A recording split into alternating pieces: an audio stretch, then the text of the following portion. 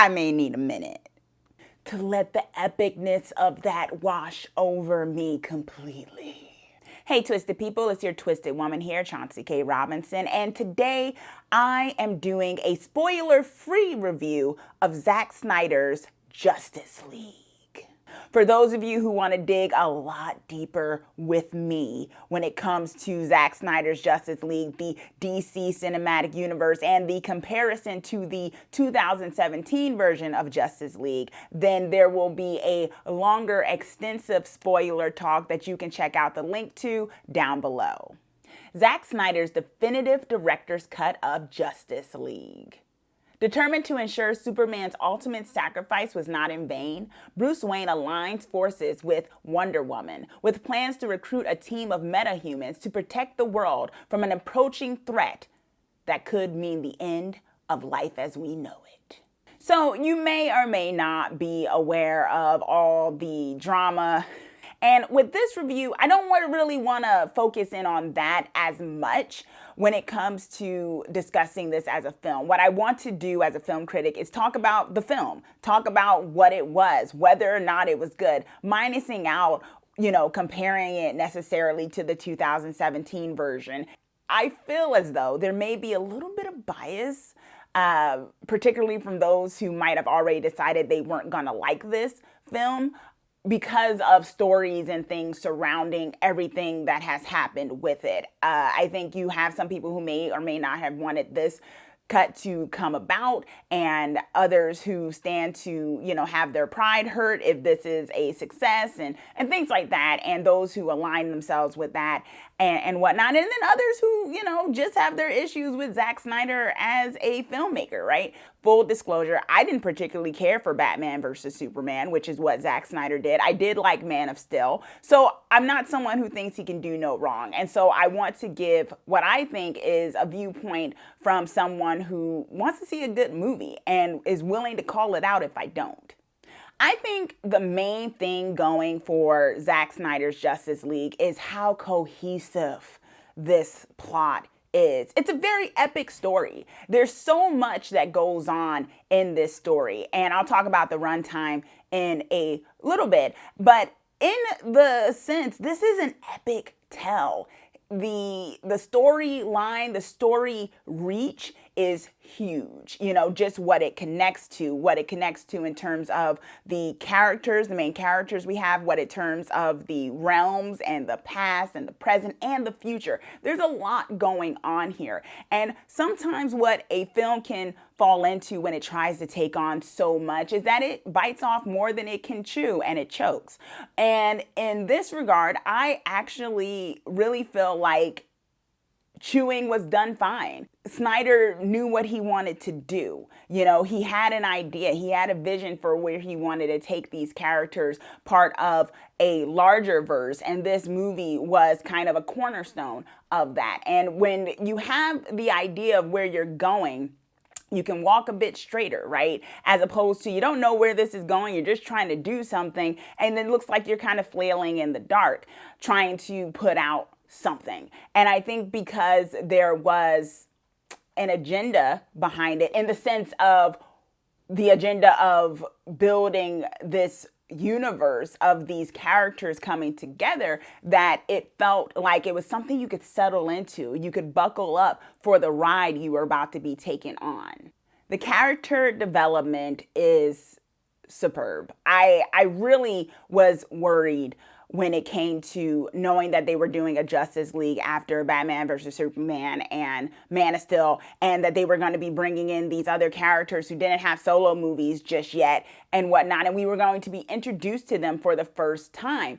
And I was worried because I was like, I felt like audiences in general, especially those who are not comic book readers, who aren't necessarily familiar with these characters, may feel like they were suddenly having to take on getting to know these new characters out of nowhere, and then we're supposed to take them in as a team. And I felt like that was going to stand in the way of this film feeling less like exposition dump and more of a, epic tell of heroes.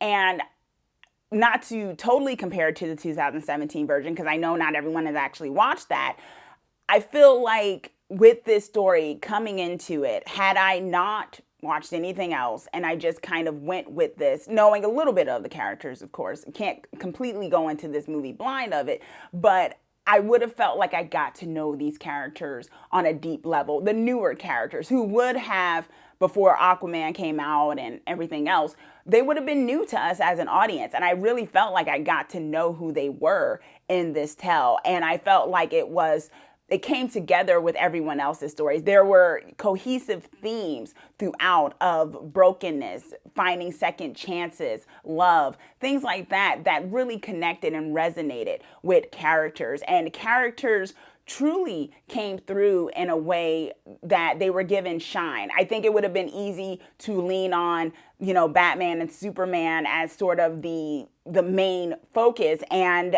those are, if you're coming to this, you might be expecting that. And I was pleasantly surprised that other characters were given such focus. I feel like one of the standouts in this Justice League of the Snyder Cut was Cyborg.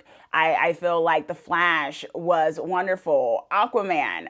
I mean, these were the newer characters, right? And they really just hit. There was no character in this of all of them that I felt like we could have done without you being here. You're kind of just here. And I didn't feel that. And sometimes you can feel that with an ensemble cast, that some are way more important than others. But I really felt like everyone came in and had an equal weight to them and served a true purpose of the story. Now, the overall tone is somewhat somber, right? It's a somber tone. What you're dealing with is the aftermath of Superman has died in the previous film. That's one of the things you kind of have to know going into this, that he died in at the end of Batman versus Superman. Spoilers, but that is what you kind of have to know going into this. And I think with that, you are going to have a darker tone. And I say this as someone who, in comparison to Snyder's Batman versus Superman, where I felt like it was just too dark for me. I was like, oh my gosh, where's the joy? There has to be a little bit of joy here. That's kind of what I felt about one of the previous film to this. And I was really happy that humor was interwoven at the proper times throughout this film. There are some very laugh out loud moments that do not detract from the overall high stakes that are going on with this film. Now, some people are going to get on the runtime, and you may have heard of the runtime, that it's about 4 hours long, and it is. But I will say it needed to be. And I feel like people, mainly some critics, other critics, need to not be ahistorical when it comes to talking about the length of this film. Lord of the Rings: Return of the King was 4 hours long. There are plenty of other films that did well and were epic stories that were 4 hours long. This is not the first movie in history to want or require you to sit down for 4 hours and watch a film. It is one of the first ones that actually allows you on streaming, if you're watching it on HBO Max, to pause it. So plus, right? So it's kind of weird to me that people were really getting on the runtime. With that said, the question is, was it useful, the runtime? And I actually think it was. I felt like there was so much more that was explored. There was so much more groundwork that was laid, and you needed that runtime to do it. The runtime is not a problem. In fact, I think it's a plus. I will say my one issue with this version, and this is what can sometimes happen with stories that are based off of source material that might be something that everyone doesn't know or read, is that I felt for the most part that it was new user friendly, right? That if you didn't know anything about the backstory of the characters and things like that, that you were learning things for the first time, that you could get it. So that even if you weren't well versed in DC Comics and these characters that have been around for decades, you could still come into this and enjoy the film for the most part. Then towards the end, I did think that it got a little bit comic jargon, if for, trying to find a term for it, where it was kind of insider certain things that, of course, if you know the comics and things, you can get really excited about, right? But if you don't, you might be like, okay. And I felt like, you did so well for 90% of this film to make it so that anyone could truly enjoy it. And then that last like 5 to 10%, it's kind of like, this isn't really, I felt like newer people could have stepped away and they probably would have been a little less confused. The main trigger warning for Zack Snyder's Justice League is parental death. My final twisted grade for Zack Snyder's Justice League is A+.